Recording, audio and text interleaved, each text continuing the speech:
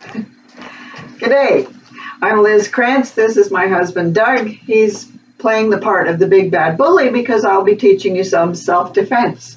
I've been teaching judo, self-defense and fitness, but basically judo for 25 years.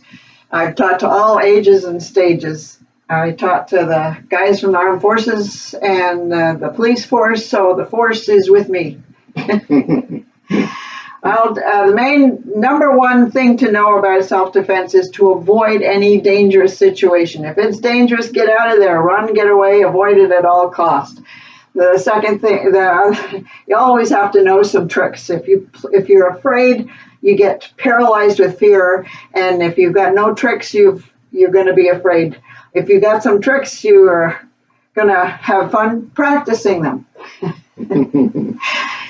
And the guy playing the big bad bully might be a little fearful. So,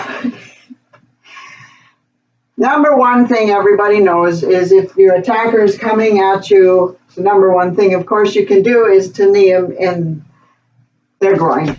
And most guys are really afraid of that, so that always works. Then I'll show you a bunch of different attack situations, hopefully. And if you practice them a bunch carefully with a friendly partner, then nobody gets hurt, but you get your skills practiced. So we're going to practice first this one, and he grips your wrist, and he can grip even with two hands because this way to get out is really easy. And because you're fairly close, you still have this option. You want to reach over his hands. You reach over his hands, let go for a second. You're going to hold your hands like this, like it's a clap. So you reach over and hold on, and then just bend your elbows, and you come free real easy. Because you're working against just his thumbs, not his whole hand, just his thumbs. And if you go really fast, it's real easy. Maybe we should do it with just his hands so it's easier to see. There we go. This way, you reach over, and you're going to reach over. Down doesn't work reaching under, and if you lock your fingers, you'll just hurt your fingers this way. So you reach over and hold this way, and just come straight up. Now, if he's holding with just one hand like this, you can also do, there's many ways of getting out of things, but if you gotta practice a couple so you know them well. This one also works, and again, you're gonna leave your elbow here. If I pull this way, that doesn't work. But I wanna get out of this little hole here. I can't work against the whole hand, so I'm just gonna turn it towards me. My elbow is going to stay right here, and I turn it towards me. Then you can come back on the nose if it's really dangerous. I don't like it. Some self-defense instructors talk about gouging the eyes or biting if there's a situation like that, but I think you should avoid any kind of bodily fluids. But if you come up, use the palm of your hand for any kind of striking. Never use your fist, ever. You're going to hurt your knuckles, you're going to hurt your wrist. But open palm seems to be what women like to do better anyway. So if you come up on the nose or up under the chin, that works really well. There's no karate chops in judo. Judo, there's absolutely no hitting or kicking. We just pick people up and throw them around, which is really fun. But in a self-defense situation, you can do a karate chop in the neck. The neck is really vulnerable. I think you got to play the part of the skunk. A skunk is small and you would seem really vulnerable, but you got to pick on a vulnerable body part, like the skunk picks on the nose, and nobody wants to bother him. So if you take your palm and come up on the nose, it's really painful. Your big bad bully will be crying, and it'll give you time to run away. Run away, run away. Another grip is if he grips your shoulder. He's going to grip your shoulders to the side here. You're going to grip my shirt, whatever. This works. No, this way. You're going to pull me along, and we want to go this way. I guess that's what he's going to do, but he's really pulls me in tight here. And so you can still go down this way. That still works.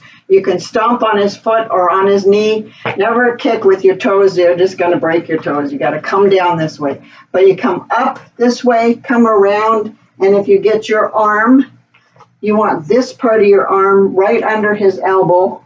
We'll do it again.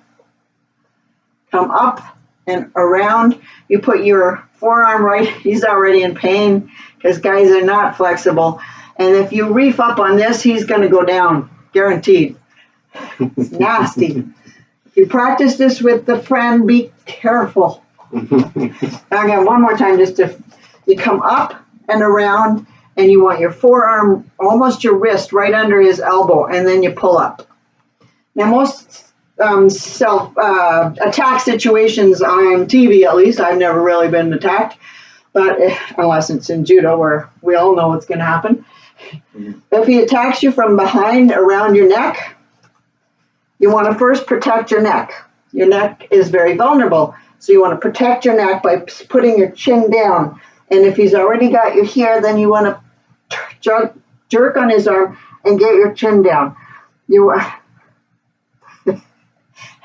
want to protect your neck. So, but of course, he's protecting himself right now. So, okay, I got to teach the big bad bully how to stand.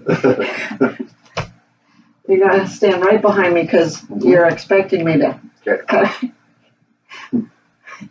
We can do this. It's okay. I'm protecting my neck. From here, I can either step behind here and dump him backwards, which is really fun because that's a judo throw.